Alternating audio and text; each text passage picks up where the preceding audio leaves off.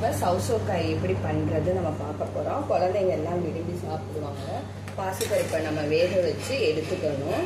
அதோட கொஞ்சம் சவுசோக்காயை எல்லாம் நறுக்கி, இது ஒரு சவுசோக்காய் அதை அப்படியே போட்டுடணும்.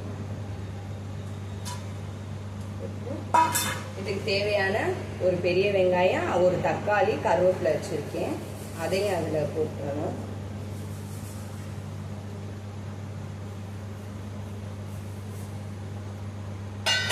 போட்டு கிண்டி விட்டுக்கோங்க. சவுசோக்காய் ஒரு நீர்க்காயினால கொஞ்சமாக மட்டும் தண்ணி ஊற்றினா போதும். நமக்கு பருப்பு வேகிற அளவு தண்ணி ஊற்றினா மட்டும் போதும். பருப்பும் வெந்துருச்சு. இதுக்கு 2 வரமிளகாய் கிள்ளி போட்டுக்கலாம்.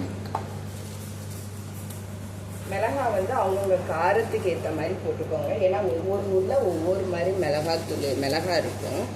ஸோ நான் ஒரு 1.5 மிளகாய் மட்டும் போட்டுக்கிறேன்.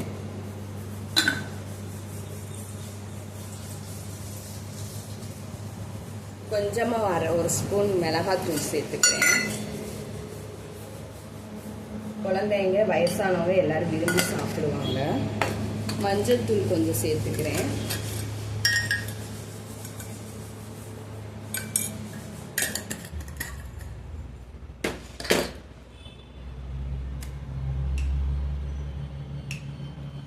ஒரு ஸ்பூன் நைஸ் உப்பு போட்டுக்கிறேன். எல்லாத்துக்கும் கல்லுப்பே சேர்த்து கலக்கிக்கோங்க, அதான் ரொம்ப உடம்புக்கு நல்லது.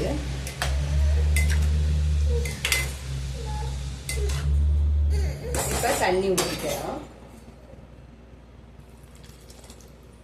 அவ்வளவுதாங்க. வெந்ததுக்கு அப்புறம் இறக்க வேண்டியதாங்க.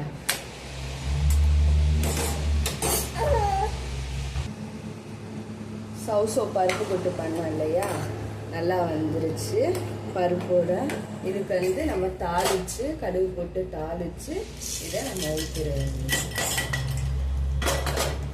இப்போ ஒரு பெரட்டி குழந்தைங்க வயசானவங்க எல்லாரும் சாப்பிடலாம். நல்லா டேஸ்டாக இருக்கும், காரம் இல்லாமவும் இருக்கும். தேங்க்யூ. சாப்பிட்டு பார்த்து சப்ஸ்கிரைப் பண்ணுங்கள், பெல் பட்டனை ப்ரெஸ் பண்ணுங்கள். நன்றி, வணக்கம்.